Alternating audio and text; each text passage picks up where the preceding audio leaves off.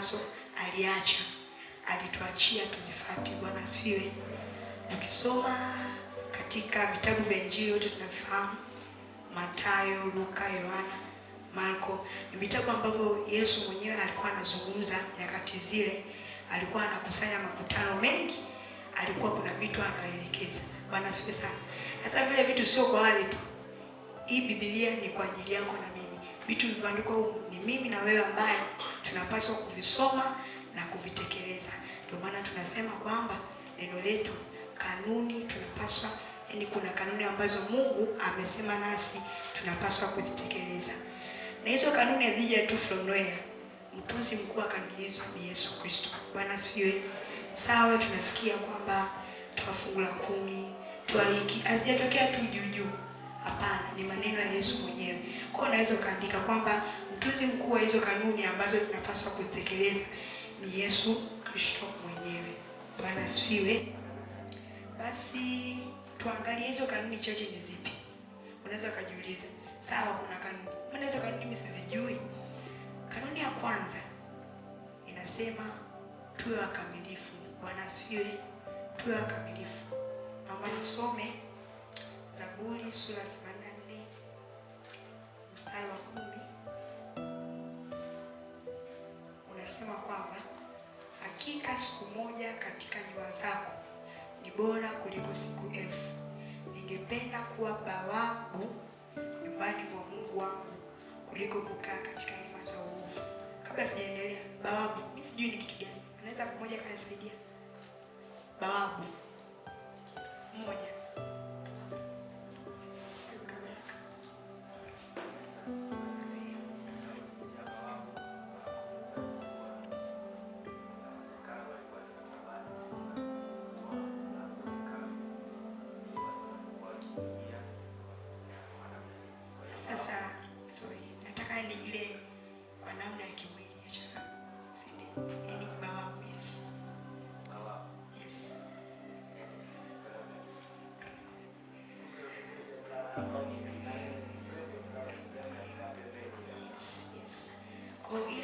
Kwa mfano ile frame tungetoa pale, ule mlango ungesimama vizuri. Bwana asifiwe. Kwa nini tunataka kumaanisha hii point yangu kwamba kuwa kamilifu. Mtu mkamilifu ni mtu ambaye amemshika Mungu vizuri, si ndio? Kwa hiyo hili neno bawabu limefanishwa mimi na wewe. Yaani kama umeamua kusimama vizuri na Yesu, uwe kama bawabu. Yaani usiwe na hen. Bwana asifiwe. Bwana asifiwe sana. Tunaelewana? Kutwe kama bawabu mimi na wewe. Ndio maana hapa nasema hakika siku moja katika nyua zako ni bora kuliko siku 1000. Ningependa kuwa bawaba nyumbani mwa Mungu kuliko kukaa katika hema ya uovu. Mtu yoyote ambaye haenendi kwenye njia ya uovu, wewe ni mkamilifu, si ndio? Ila wetu uwezo kusema mtu mkamilifu au kuna mambo ya sirini ambaye anafanya yani haipendezi Mungu. Kwa ili usikae katika yani mtu kuwa mkamilifu ni moja ya namna ujitenge na mambo yote ambayo Mungu alielekeza. Bwana asifiwe. Na utajitengaje? Ni kwa bawabu tu kama alivyotoa maelekezo kwamba bawabu ni kile kitu ambacho kinashikiza mlango. Kwa kama wewe umempokea Yesu ila sio kama bawabu, huwezi ukawa mkamilifu. Na ni bora kukaa, yani unaweza ukapitia changamoto. Nakumbuka advance tulifanyaga Mungu PCM, tunaelewa na tu PCM vizuri, ila yani zilo zilizokuwa zimetoka nyingi ni PCM. Bwana asifiwe. Mwalimu akatoa nafasi kwamba hakuna kuomba, ni kuchukua chakula. Yani ukionekana kwenye nyumba ibada hata unaomba mwenyewe, yani wewe alisema anaweza kufuza shule. Ila kuna watu kwa tunafanya hivyo kwa sababu tunajua ni kitu gani ambacho tunakifanya. Na siku zote ile mkamilifu mambo ya uovu jitenge nayo, ila kitu kingine ambacho kinaweza kusaidia ni juhudi zako binafsi, kumtafuta Mungu mwenyewe kupitia maombi, kufanya kuna vitu vingi ambavyo tunavielewa. Kwa mimi na wewe kusudi tekelezo au kanuni mojawapo ambao Mungu ametuambia ni tuwe kamilifu. Ukisoma pia Ibrahim, ukisoma katika Mwanzo 6:9 kama sitasoma, Mwanzo 17:1, Mungu mwenyewe alimwambia Ibrahim, uende mbele ukawe mkamilifu. kwamba hiyo ahadi sio ni sisi tu ambao tunaisikia, pia Mungu anafurahi, yaani kumuona dada Angel anatembea katika njia sahihi. Mungu uko mbinguni anafurahi sana. Maana Ibrahimu tu aliambiwa uko unapoenda ukawe mkamilifu. Kwa mimi na wewe mpendwa, siku ya leo tufuate kanuni hiyo mojawapo, tuwe wakamilifu mbele za Mungu. Ni furaha pia mbele za Mungu. Mungu anafurahi. Bwana asifiwe. Pia pointi ya pili, kuwa watii. Utii ni neno sio geni. Kila siku ninalisikia. Watu hapa wanasimama utii. Naweza kusema hili neno mbona, ila Mungu ameona atukumbushe tena na leo. Bwana asifiwe.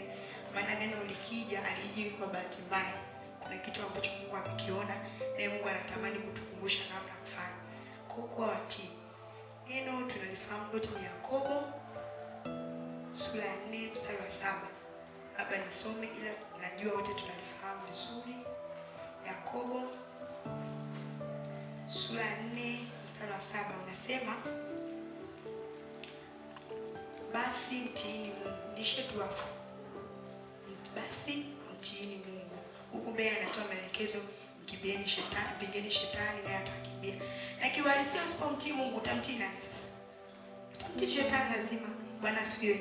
Kwa mimi na wewe tuwe watii, tumtii Mungu.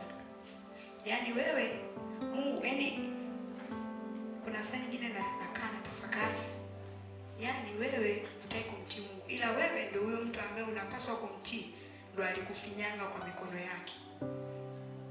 Yaani wewe mpaka unakuwa humtii Mungu, wewe ni mkuu zaidi yake. Kama ni mkuu zaidi yake, sio nyumba mwenyewe. Bwana asifiwe.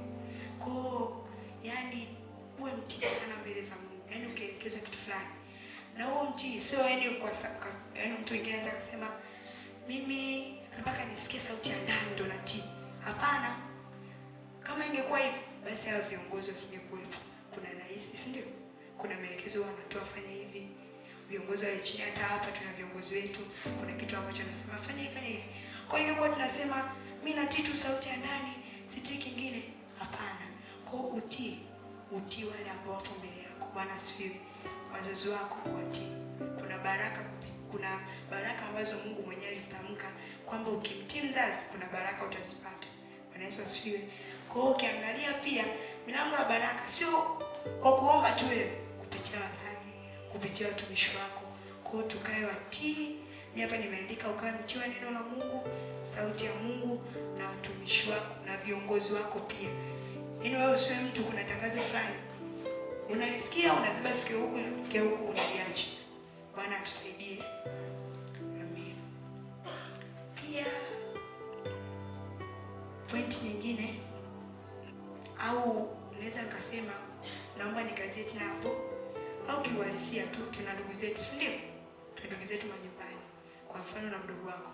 Unaambia mdogo wangu kuna vyombo pale vimekaa ovyo, naomba vioshe. Hivi kwa mfano Dorcas, umwambie hivyo mdogo wako, ukaja labda umeenda kutembea ukarudi vile vyombo havijaoshwa. Utajisikiaje?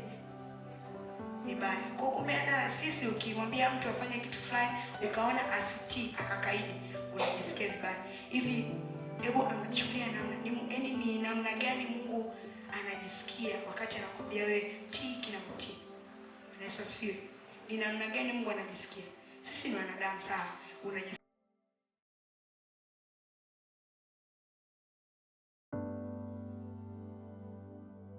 Kile kitu baada afuate maelekezo Mungu ambaye amemwambia hayafati, alafu anakuja kupata matokeo mabaya, alafu anarudi mbele za Mungu, kwa nini imekuwa hivi? Kwa nini imekuwa hivi? Ulitakaje mpendwa? Maana sio unataka Mungu afanyaje? Mungu alikupa maelekezo, fanya hivi mwanangu, toa sadaka kwa ajili ya hili, umeomba kwa ajili ya elimu yako. Mungu anakupa maelekezo kabla hujafanya hivi, toa sadaka, ila wewe unakaza shingo utoi. Matokeo yanakuja, malengo loweka, Mungu amefanya ile kile ambacho ulitamani kinakuja tofauti. Unaanza kumlaumu Mungu. Mungu, kwa nini wengine wanakuwa hivi, wengine wanafanikiwa? Hapana, ulikaidi. Hata Sauli mwenyewe alikaidi. Bwana Yesu asifiwe. Yaani ukitaka kitu kingine usipokuwa mtii, Mungu anakuacha moja kwa moja. Yaani kama alipanga kutumia sehemu fulani, hakutumii. Tunaona mfano wa kwanza Israeli ni Sauli, si ndio? Tunafahamu.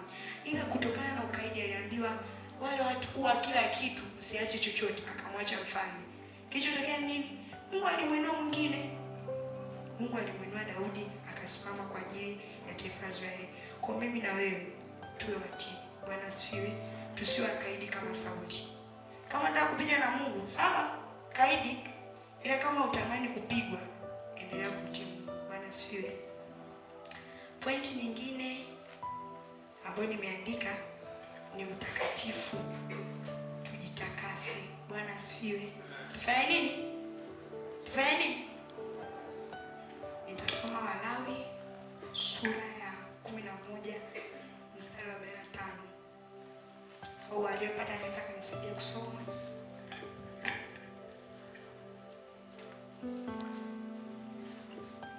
Aliyepata anaweza kunisaidia. Walawi 11:45.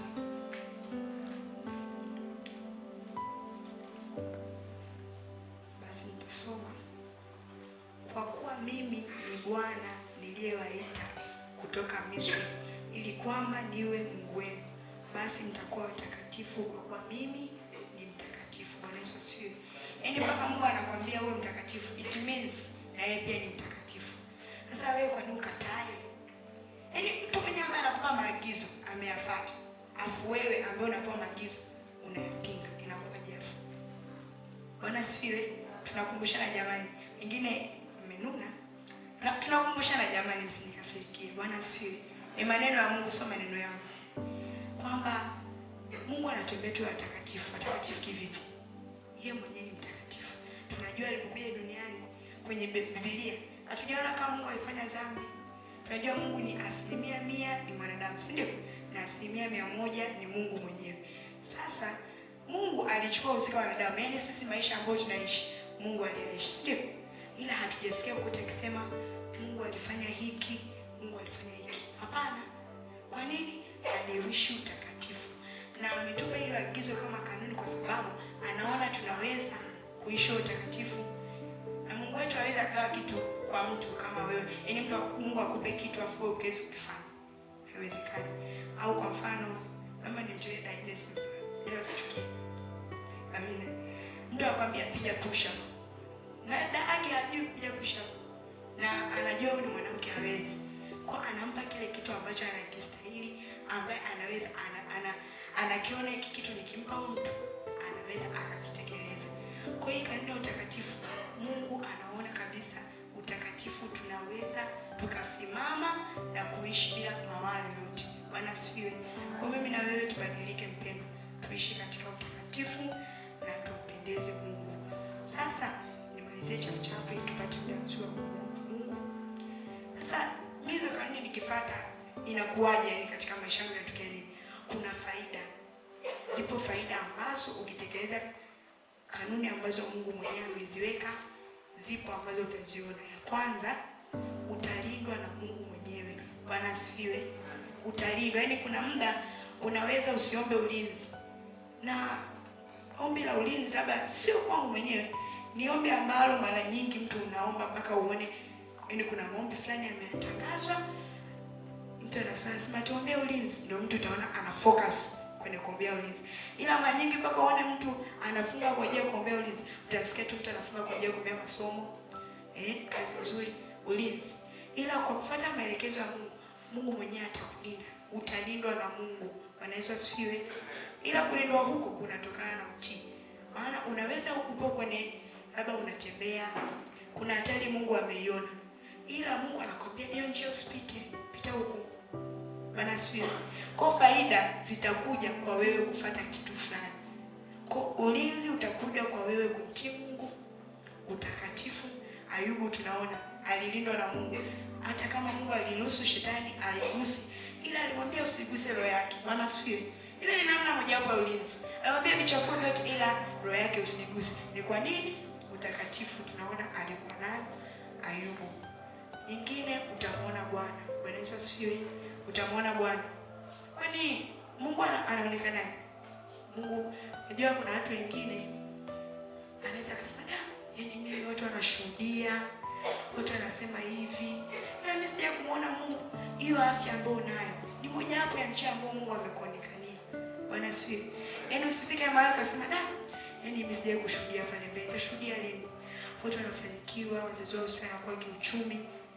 Afya ulionayo, ulinzi wa kila siku, unavyoamka, unavyotembea, ni mojawapo ya njia ambayo Mungu anaonekana katika maisha yako. Bwana asifiwe. Ni mojawapo Mungu ambaye anaonekana katika maisha yako. Yaani afya hii ambayo tunayo, ulinzi ambao kila itwapo leo tunao. Bwana asifiwe. Ni Mungu anaonekana. Yaani hata kama hujaona Mungu hajatenda vitu vikubwa, hivi vitu vidogo vidogo ni yeye Mungu amefanya. Kama asingekuwa Mungu, yaani kuna hata nikianza kumsalisha moja moja, kuna mwingine atatoa ushuhuda mkubwa cha Mungu ameonekana. Ila kuna mwingine ushuhuda tu mdogo, ila anaona ni Mungu alimuonekania, asingeweza peke yake. Bwana asifiwe. Ila hasara sasa, nimeandika moja tu, nyingine utatafuta. Hasara, yaani utapigwa na Mungu, yaani mpaka utashangaa. Bwana asifiwe. Yaani utapigwa kwa namna kawaida, ukapitia changamoto ukasema hiki kitu kipo tu bwana, hiki kitu cha kawaida. Ila kumbe Mungu amesimama hapo, amenyosha mkono wake, amekupiga vizuri. Tunamwona Sauli, si ndio? Sauli, mfano Sauli alikuwa ni mtu ambaye amekaidi, hakufuata kile ambacho Mungu amemwelekeza. Mungu akamsimamisha Daudi akawa mfalme. Ila pia Daudi alikuwa ni mtii. Mpaka uone Mungu amekuchagua, ina maana alikuwa mtii. Ukisoma vizuri katika kitabu cha Samuel, kuna nyakati Sauli alikuwa anamwinda sana Daudi, si ndio? Hadi akaandaa majeshi. Ila Mungu alikuwa anampa maelekezo Daudi, fanya hivi, fanya hivi, fanya hivi. Kwa hiyo ni faida, Daudi alikuwa anasikiliza. Hivi kwa mfano Daudi alikuwa anakaidi yale maagizo. Hizi habari tulikuwa hatuzisomi hapa. Ila alikuwa anasikiliza. Alikuwa anasikiliza maagizo ya Mungu. Mungu alipanga kumlinda yeye, ila yaani mpaka Mungu akulinde, wewe kuna hatua ambayo utaifanya. Hatua hiyo ni nini? Utii. Tunaona utakatifu. Daudi alikuwa mtakatifu, alikuwa mtii. Kwa pia Mungu kuna kitu ambacho alikusudia asimame kwa ajili ya taifa la Israeli, ila Mungu alimlinda. Sauli kuna mpaka anafika kifo cha Sauli, Mungu alimpiga vya kutosha. Kwa nini? Alikaidi maagizo yake. Chanzo cha kupigwa na Mungu ni kukaidi. Bwana Yesu asifiwe. Kwa mimi na wewe unataka kuona faida za Mungu katika maisha yako. Neno la jana tulifundishwa juzi, utumishi, kumpa Mungu nafasi ya kwanza. Sawa, unamtumikia Mungu ni sawa, tukatai. Umempa Mungu nafasi ya kwanza ni sawa. Ila katika utumishi wako Mungu anakupa maelekezo. Fanya hiki, kuna kanuni ambazo Mungu ameweka. Unasimama hapa sawa, unaimba, wenye mwinjilisti sawa. Ila Mungu akwambia, mwanangu, pale kanisani kwenu kuna meza ile ipo pale mbele, haina hata fashion nzuri kwa watumishi. Toa lile kiasi chako cha bumu, ununue. Bwana Yesu asifiwe. Mtu unakaidi, alafu unakuja kumuomba Mungu, unategemea nini? Mungu hawezi akafanya. Maana huwezi jua ile baraka ambayo ungesimama ukaifanya, ukanunua ile meza tu moja, mtumishi wako tu anakaa, anaweka Bible hivi, baraka zinakujia, unabarikiwa. Hujafanya, hujakamilisha kile kitu ambacho Mungu amekwambia. Kanuni ya Mungu hujaikamilisha. Unakusudia nini? Bwana Yesu asifiwe. Kwa mimi na wewe tuwe watekelezaji wazuri wa neno la Mungu, tuwe watii, tusiwe tu kumtii Mungu, tuwatiane na wazazi, tuwatii na watu ambao wanatuzunguka. Haleluya. Basi kama tusimame.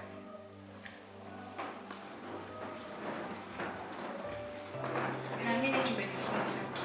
Sawa, tumesikia utii, tunasikia utii, utakatifu. Kila siku viongozi wetu wanasema, makanisani wanasema, tuwe watii, tuwe watakatifu. Ila neno hili Mungu ameleta kwetu, ameona kuna sehemu tumedelay. Bwana Yesu asifiwe. Kuna sehemu ambayo hatujafanya vizuri. Wewe unajijua, kuna maelekezo Mungu alikupatia, ila hujayafanya. Mimi siwezi kaingia na moyo wako nikaanza kuchimbua. Hapana. Kwa sasa hivi kwa muda mchache, na tunajua leo ni siku ya maombi, tutakuwa na prayer point moja, ila utaomba Mungu atakapokuongoza wewe. Tutamwambia Mungu atupe hatua nyingine. Yaani ukamsihi Mungu. Kama ulikuwa unakaidi, Yesu akakupa hatua nyingine ya kuweza kutii. Yesu akakupa hatua nyingine ya kuweza kuishi utakatifu. Mwambie Yesu akakupa hatua. Yaani usifungwe. Mwambie Yesu kile ambacho unajisikia. Au pia kama unajisikia kuomba rehema kabla ya kuomba, unaweza ukaomba pia, kwa sababu Mungu wetu neno hili halijaja kwa bahati mbaya, amelikusudia. Bwana asifiwe.